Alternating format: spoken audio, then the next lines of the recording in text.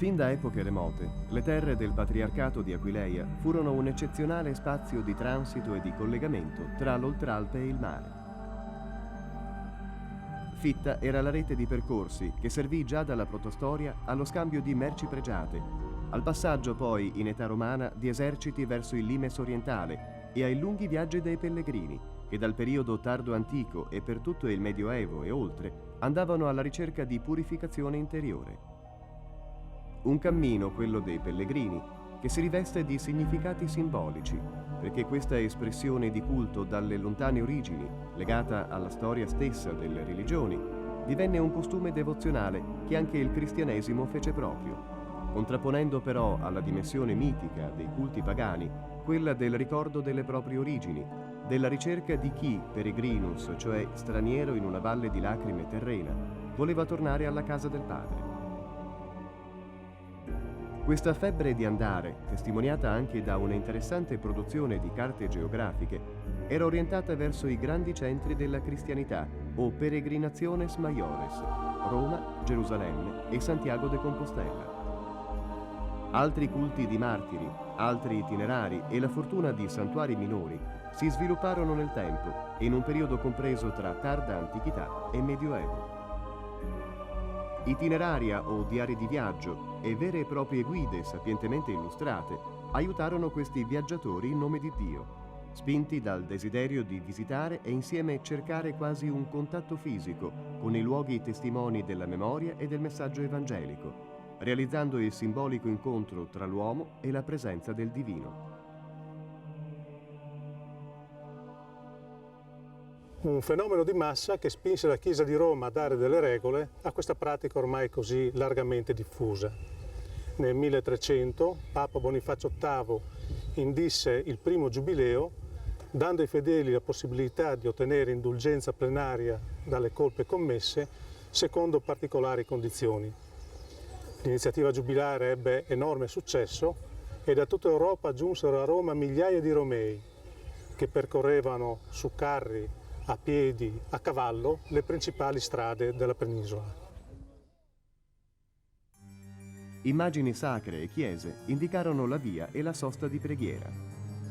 E molti furono gli affreschi dedicati ai santi protettori dei pellegrini, da San Giuliano l'Ospitaliere, come in questo frammento sulle pareti di una chiesetta a Noax, a San Rocco, Sant'Antonio, San Cristoforo. E tra i santi forse più testimoniati c'era San Giacomo. In molte località friulane, come qui a San Martino di Arzenutto, è presente la raffigurazione del miracolo dell'impiccato e dei galli, memoria di un evento straordinario che la tradizione voleva essersi verificato in Castiglia, sulla strada per Compostella. La storia è quella di due pellegrini, padre e figlio, teutonici, che avevano cercato riparo per la notte in una locanda. La figlia dell'oste aveva offerto la sua compagnia al giovane. Al rifiuto, per vendetta, nascosta una tazza d'argento nella bisaccia del ragazzo, lo aveva denunciato accusandolo del furto. Era seguito l'arresto e l'immediata impiccagione dello sventurato. Il padre, raggiunta Compostella, aveva invocato l'intervento di Giacomo e al ritorno il miracolo. Il figlio penzolante dalla forca, ma vivo, lo invitava a recarsi subito dal signore del luogo perché disponesse della sua liberazione. Interrompendo un banchetto, al racconto del padre, il governatore, tra l'ironico e l'incredulo, rispose che un impiccato poteva resuscitare così come i polli arrostiti sulla tavola potevano cantare. Detto e fatto, gli arrosti si rivestirono di penne ed iniziarono a zampettare sulla tavola imbandita.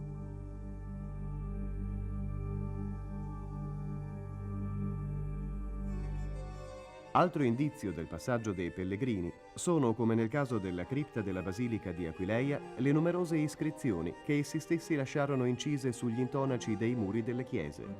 Documenti eterogenei, graffiti sugli affreschi, il più possibile vicini alle tombe dei martiri o alle reliquie venerate, agli elementi cioè che più di ogni altro contribuivano a rendere sacro un luogo.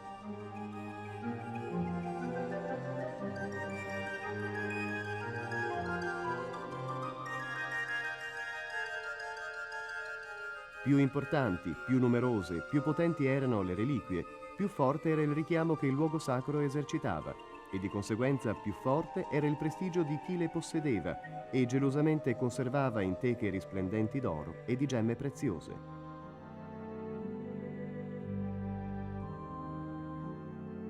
Reliquie prodigiosamente trovate, comprate e vendute, offerte in dono o lasciate in eredità. Reliquie chiamate a sostituire attorno al IX-X secolo la visione dei luoghi santi d'Oriente, sempre più difficile da raggiungere. Reliquie amate o, dopo la divisione religiosa dell'Europa riformata del Cinquecento, evitate e derise, ma che comunque contribuirono a costruire attorno ai santuari e alle comunità urbane una ragnatela di culti e credenze che sempre più spesso ebbero il compito di rafforzare il potere, religioso o politico, sacro o temporale che fosse.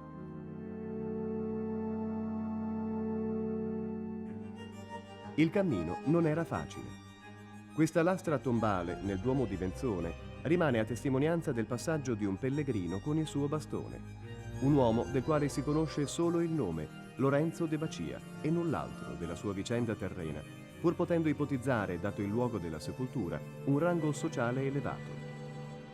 Anche lui, come tanti altri, trovò la morte lungo una strada dove pellegrini solitari e in gruppi di diverse età e di diversa estrazione sociale andavano, sfidando l'ignoto e le insidie naturali o umane, rischiando di essere derubati o addirittura di essere venduti come schiavi. Su strade, piste, ponti, fiumi, valiche e rotte passa chi va alla ricerca di remissione dei peccati, passano mercanti e uomini di chiesa, gente comune e letterati. E la strada raccoglie le loro storie di uomini e della loro esigenza di comunicare e di mettersi in contatto con l'altro o con il sovrannaturale, diventando uno spazio dove scambiare idee e pensieri, una sorta di università itinerante a carattere popolare dove fede e cultura vanno di pari passo. I Pii Viatores erano facilmente riconoscibili per una specie di uniforme che tutti indossavano. Il mantello, la schiavina o sanrocchino, il cappello a larga tesa, il petaso, la bisaccia o scarsella, un robusto bastone, il bordone, una fiasca o una zucca essiccata per l'acqua, uno scapolare attorno al collo dove conservare eventuali salvacondotti e nascondere il poco denaro che si portavano appresso.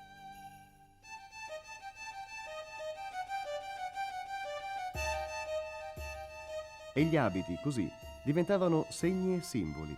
Come segni e simboli erano le conchiglie come questa, raffigurate in un'ampolla per l'acqua santa, a testimonianza della meta raggiunta al santuario di San Giacomo di Compostela, nella lontana Galizia.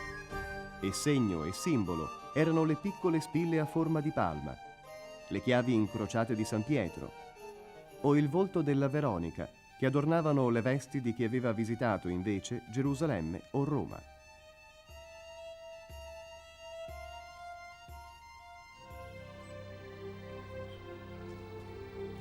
Sui principali itinerari, una rete di monasteri, chiese, ospedali e romitori, di cui ora rimangono spesso solo muri sbrecciati, assicurava ai viandanti ospitalità e assistenza. Umili eremiti e potenti ordini monastici come i benedettini o i cistercensi offrivano ai viaggiatori un luogo sicuro, cibo e cure mediche. Nell'epoca delle crociate saranno anche i monaci guerrieri degli ordini dei Templari, Teutonici e Cavalieri di San Giovanni a garantire un aiuto armato ai fedeli in marcia verso i luoghi santi. Persone di lignaggio, feudatari, abati, nunzi papali, missi patriarcali e povera gente cercavano ricovero e protezione. E chi non riusciva a trovare rifugio tra le mura di un convento o di un'abbazia si accontentava, come il miracolo dell'impiccato tramanda, di locande o osterie, le taberne già note in epoca romana, luoghi di malaffare frequentati da ladri, falsari e bari e non di rado da assassini e banditi, diti. I viaggi duravano mesi, a volte anni. Chi poteva contare solo sulla forza delle proprie gambe percorreva di media dai 25 ai 40 km al giorno. Un percorso quasi raddoppiato per chi andava a cavallo, con tappe di 50-60 km. Le navi a vela, invece, potevano coprire una distanza che andava tra i 120 e i 200 km.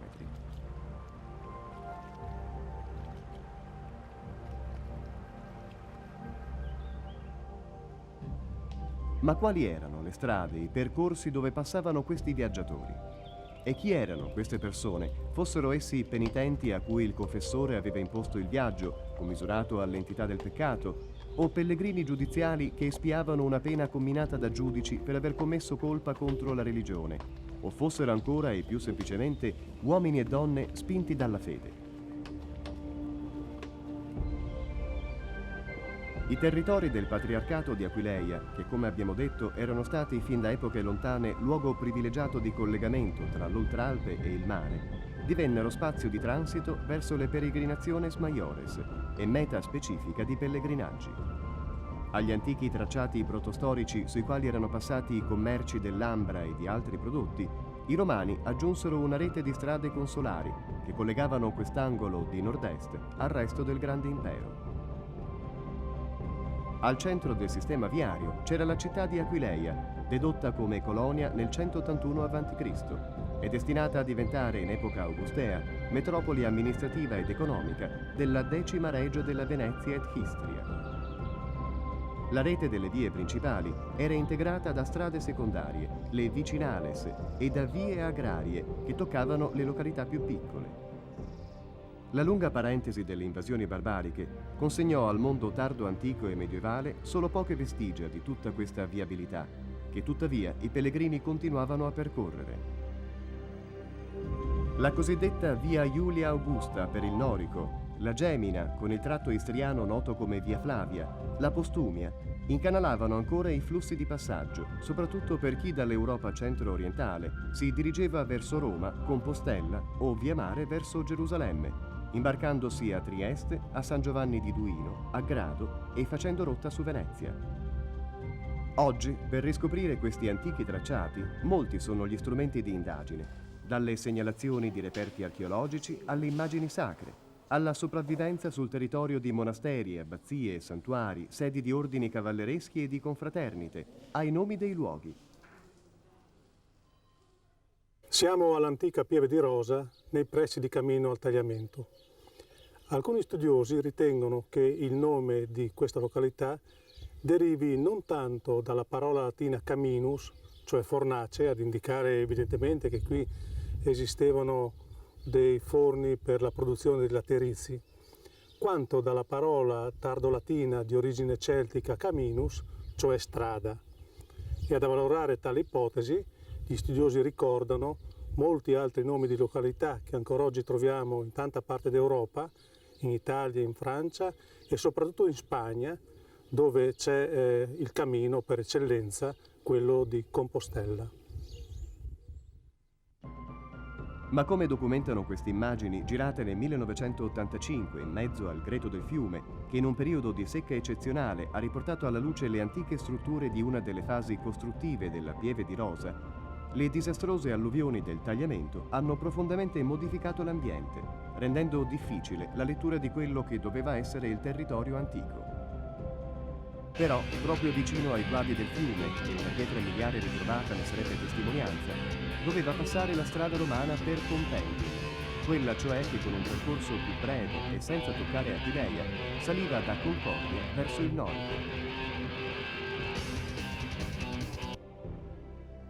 I cambiamenti rendono ancora oggi complessa la ricerca archeologica e non è facile ipotizzare dove effettivamente passasse il tracciato della strada, anche se il ritrovamento in un terreno che ancora oggi viene chiamato monastir, di vasellame, cocci e di strutture legati ad un ospizio che doveva sorgere vicino alla Pieve, possono essere un'altra conferma indiretta dell'esistenza di questa strada e di una sua frequentazione e di un suo utilizzo da parte di viandanti e di pellegrini anche in età tardo-antica. Proviamo allora a ripercorrere una delle strade di quegli antichi viandanti, scegliendo il percorso tra i molti possibili che scendendo lungo la valle del Natisone portava i pellegrini da Cividale verso la grande basilica di Aquileia e il mare. Nella maggior altezza dei monti, 4 sono le strade dalle quali possono i tedeschi calarne il paese: San Nicolò, Luic, Clabuzzar e il Puffaro. Il territorio è aspro, sterile e sassoso. La gente che lo abita è industriosa, ardita e feroce. Così, alla fine del Cinquecento, 2 provveditori veneti di terraferma, Alvise Marcello e Costantino Zorzi, descrivevano il territorio delle valli del Natisone, antichissima e praticata via d'accesso per la pianura friulana, soprattutto per chi giungeva dall'Europa nord-orientale. Piste preistoriche prima, poi la strada romana che lungo la vallata saliva a Caporetto, fecero di questa zona un importante luogo di transito controllato, a cominciare dall'età di Costantino, con un sistema di torri di guardia e fortificazioni che l'impero aveva steso lungo le Alpi orientali, vera e propria linea d'arroccamento, poderosa e strategicamente organizzata, che si rivelò però inefficace di fronte all'onda crescente delle invasioni barbare. Per Visigoti e Unni, Goti, Longobardi, Avari, Ungari, Turchi e Alemanni, la valle divenne strada di furioso passaggio e alle popolazioni non rimase che il rifugiarsi sui monti, in alto, tra boschi fitti e caverne inaccessibili. Ma croci incise nella roccia, proprio su quella stessa fitta rete di sentieri che si perde nella vegetazione, sui percorsi di fondovalle, lungo il fiume, rimangono a raccontare di altri viaggi, di altri cammini legati alla penitenza e ai pellegrini, che continuavano nel tempo a passare e a lasciare segni, simboli e indicazioni, creando una sorta di itinerario sacro che i secoli non sono riusciti a nascondere del tutto.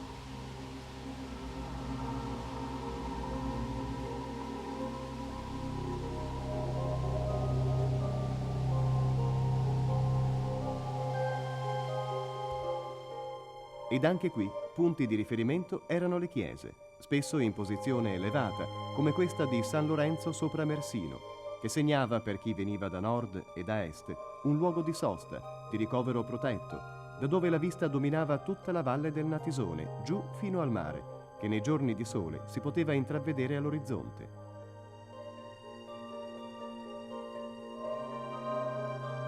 Sorta forse su strutture più antiche, probabili postazioni di difesa del Limes, San Lorenzo permetteva di scorgere a chi era in cammino verso la pianura le croci delle altre chiese della valle, a segnare un percorso che aveva uno dei suoi punti di passaggio a San Giovanni d'Antro.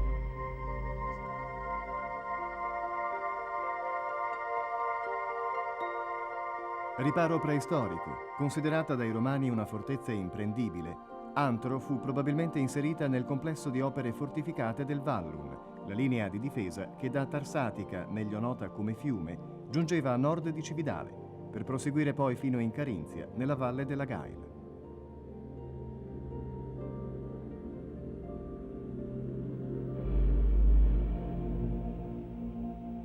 Sede probabile di una rimannia, un presidio militare longobardo, poi dimora di eremiti, la grotta venne consacrata al culto forse già nell'VIII secolo. Un santuario conosciuto, dove molti dovevano essere i pellegrini di passaggio. Ne è testimonianza la lapide sepolcrale del diacono Felice, a cui il re franco Berengario, nell'889, aveva concesso la chiesa della grotta, con i boschi e i pascoli vicini. Nell'epigrafe scritta in latino, Felice invita quanti ascendentes e descendentes che salivano e scendevano dalla chiesa di ricordarsi di lui nelle preghiere a Dio.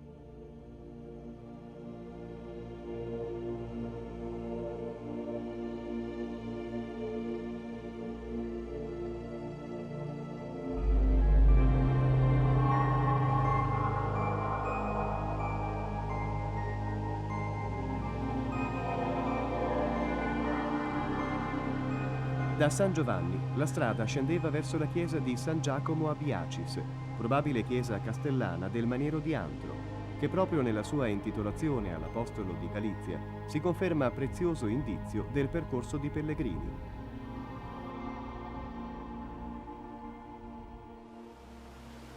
Seguendo il corso del fiume che offriva guadi e resti di ponti e strutture romane per attraversarlo, la strada proseguiva per Cividale. Municipio romano, uno dei caposaldi del sistema difensivo orientale dei Claustra Alpium Iuliarum, l'antica Forum Iuli accoglieva i pellegrini entro la sua cinta di mura. La città offriva ricovero e assistenza nel suo xenodochio, edificato già alla fine del VII secolo, e nei suoi numerosi ospedali, da Santo Spirito a quelli di Borgo di Ponte di San Martino e dal 1290 circa di Santa Maria dei Battuti. Adempimento di voti fatti che imponevano la visita alle chiese dei santi protettori, come quella dedicata a Giacomo e Biagio, vicino alla porta romana di Borgo Brossana, il desiderio di assistere a funzioni liturgiche o la necessità di riposare in un luogo sicuro potevano prolungare la sosta anche per qualche giorno.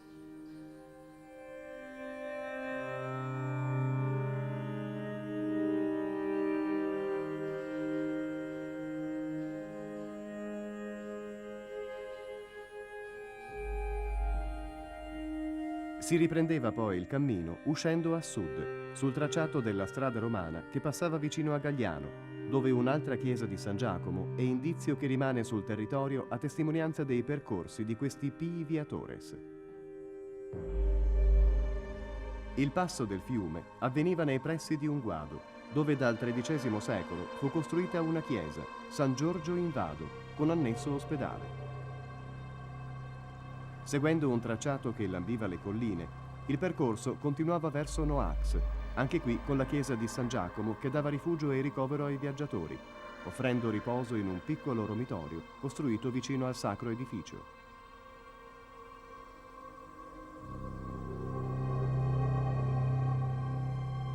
La tappa successiva era l'abbazia di Rosazzo, tappa particolarmente significativa, collocata com'era all'incrocio di strade di grande importanza strategica. L'abbazia, fondata nei primi decenni dell'anno 1000, probabilmente su strutture preesistenti, controllava in epoca medievale a nord la via che portava fin dai tempi della centuriazione romana da Cividale verso il ponte della Mainizza o in direzione sud-ovest fino ad Aquileia.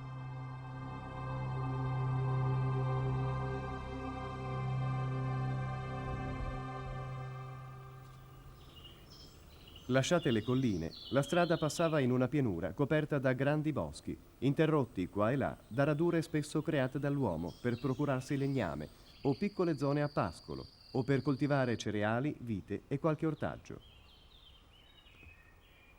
Avvicinandosi alla zona delle risorgive, fittissima diventava la rete di rogge, canali, fontanili e corsi d'acqua, dalle piene spesso impetuose, come quelle del torrente Torre. Un mondo di acque che in epoca tardo-antica, non più regolato, si trasformò in palude, rovinando e spesso distruggendo quasi completamente strade e sentieri. Ma c'era di più. Bande di briganti con continue scorrerie infestavano la zona, depredavano i passanti, usavano la foresta e le paludi come sicuri nascondigli. Preoccupati, i medievali patriarchi aquileiesi si assicurarono l'aiuto degli ordini monastici militari, che a San Nicolò di Levata, vicino a Ruda, costruirono un ricovero per i viandanti. Qui, come nel resto d'Europa, dove a partire dall'XI secolo fu creata spesso su resti di antiche stazioni di sosta romane, una rete di strutture di assistenza, cercando inoltre di ripristinare e di mantenere in efficienza la rete viaria romana. A San Nicolò di Ruda o San Nicolò di Levata, per volere patriarcale, fu eretto dunque uno xenodocchio, che più tardi divenne anche ospedale. Ospedale che in un documento patriarcale del 1249 venne affidato all'ordine gerosolimitano per assicurare assistenza ai pellegrini diretti verso Gerusalemme. Da qui la via per Aquileia era la cosiddetta strada di Levata, chiamata così perché i lavori eseguiti dai monaci cavalieri di San Nicolò ne avevano sopraelevato il tracciato, che passava alto sulle campagne circostanti. I pellegrini che lungo il percorso potevano avvalersi di un ulteriore ospitale nella località di Sant'Egidio arrivavano infine al convento benedettino femminile di Santa Maria Extramuros a Monastero, di cui si ha notizia già dalla metà del X secolo. Luogo, oggi sede del Museo Paleocristiano di Aquileia, dove è realistico pensare venisse offerta ospitalità anche ai pellegrini. Ma non era questa l'unica istituzione che Aquileia offriva ai viandanti, che trovavano rifugio e protezione in numerose altre strutture, dal convento di San Martino della Beligna al ricovero dei santi Ilario e Taziano, ai numerosi cenobi della laguna, come quello del Monasterium Sancte Marie nell'isola di Barbana, fondato probabilmente già nel VI secolo. Ma Aquileia, meta e tappa di pellegrinaggio, era soprattutto la grande basilica che da secoli i penitenti visitavano. E c'è una storia poco conosciuta che la riguarda. e che inizia con l'arrivo ad Aquileia nel 1019 del patriarca Poppone, nobile bavarese legato alla cerchia degli imperatori tedeschi, che immaginò e realizzò un progetto di ricostruzione della basilica in vista del 1033, anno del millenario della passione, morte e resurrezione del Cristo. Poppone volle costruire, per quanti si sarebbero recati alla Gerusalemme di Terra Santa, un'altra Gerusalemme celeste e non terrena, una basilica che potesse diventare un grandioso libro di pietra, messaggio di vita eterna.